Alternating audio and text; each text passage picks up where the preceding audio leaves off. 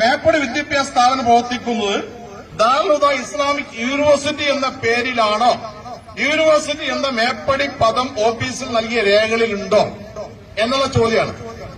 ആ ചോദ്യത്തിന് പറഞ്ഞത് അങ്ങനെ ഒരു രേഖ ഇവിടെ ഇല്ല. ഏത്? ദാറുൽ ഇസ്ലാമിക് യൂണിവേഴ്സിറ്റി എന്നുള്ള പേര് വെച്ചുകൊണ്ട് ഒരു അപേക്ഷ അവിടെ കൊടുത്തിട്ടില്ല. അപ്പൊ എന്താ അവിടെ കൊടുത്ത അപേക്ഷ എന്നറിയങ്ങള്? ദാറുൽ ഇസ്ലാമിക് അക്കാദമി എന്നാ പറഞ്ഞിട്ടുള്ളത്. അപ്പൊ ഞാൻ അതിന് മറ്റു വിശ്വാസങ്ങളൊന്നും ഇപ്പൊ പോകില്ല. കാരണം എനിക്കറിയാം ഇവിടെ പിന്നെ എന്നെല്ലാം കേൾക്കാൻ വേണ്ടി വന്നുള്ളത് ആളുകൾ എന്നുള്ളതുകൊണ്ട് തന്നെ ആ ഒറ്റ വാചകം പറഞ്ഞു നിർത്തുക. ഗ്രാൻഡ് മുഫ്തിയുടെ പട്ടത്തെ സംബന്ധിച്ച് വലിയ വീമ്പിളക്കുന്ന ആളുകള് ഇല്ലാത്ത യൂണിവേഴ്സിറ്റിയുടെ പേരും വെച്ച് ആ യൂണിവേഴ്സിറ്റിക്ക് ഒരു വൈസ് ചാൻസലർ സംഭാവന ചെയ്ത വൈസ് ചാൻസലർ ബഹാവുദ്ദീൻ നദ്വി എന്നാണ് അയാൾ പദപ്രയോഗം നടത്തുന്നത്. അതെങ്ങനെ യൂണിവേഴ്സിറ്റി ഇല്ലാത്ത യൂണിവേഴ്സിറ്റിയുടെ പേര് എങ്ങനെ ഒരു വൈസ് ചാൻസലർ ഉണ്ടാവുക? അത് നമുക്ക് മനസ്സിലാവണില്ലല്ലോ.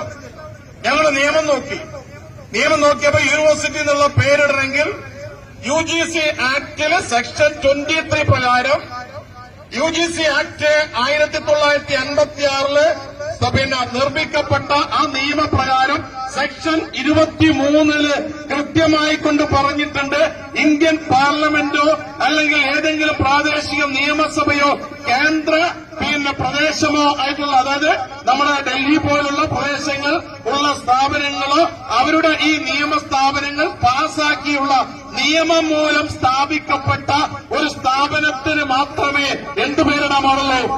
യൂണിവേഴ്സിറ്റി എന്നുള്ള പേരിടാൻ പാടുള്ളൂ. അല്ലെങ്കിൽ എന്ത് വേണം? 1956 മുമ്പ് എന്ത് ചെയ്യണം? ആ സ്ഥാപനം നിർമ്മിക്കപ്പെട്ട് അതിന് യൂണിവേഴ്സിറ്റി എന്നുള്ള പേര് ഉണ്ടായിരിക്കണം എന്നുള്ളതാണ് ആ നിയമത്തിൽ പ്രത്യേകം പറഞ്ഞിട്ടുള്ളത്. അത് പ്രകാരം എന്താണ് വൈസ് ചാൻസലർ പദവി എന്നുള്ള പദവി നിലനിൽക്കോ എന്നുള്ള ചോദ്യം ഞങ്ങൾ ഉയർത്തുന്നുണ്ട്. അതിന് ഇത് പിന്നെ ഞങ്ങൾ രണ്ട് രേഖ പരിശോധിച്ചു. ഒന്ന് ഈ പറഞ്ഞ മുനിസിപ്പാലിറ്റി കൊടുത്ത രേഖ, രണ്ടാമത് ബഹുമാനപ്പെട്ട കേരള ഹൈക്കോടതിയിൽ കൊടുത്ത രേഖ. ആ രേഖയിൽ പറഞ്ഞിട്ടുള്ളത് ഈ CRP നമ്പർ 564/2005 അതില് പെറ്റീഷനായിട്ട് വന്നുള്ളത് തയ്യിൽ കുഞ്ഞു മുഹമ്മദ് ഹാജിയാണ്. അതില് മറുഭാഗത്തെ റെസ്പോണ്ടന്റ് ആയിട്ട് വന്നുള്ളത് ദാറുൽ ഇസ്ലാമിക് അക്കാദമിയാണ്, യൂണിവേഴ്സിറ്റി അല്ല.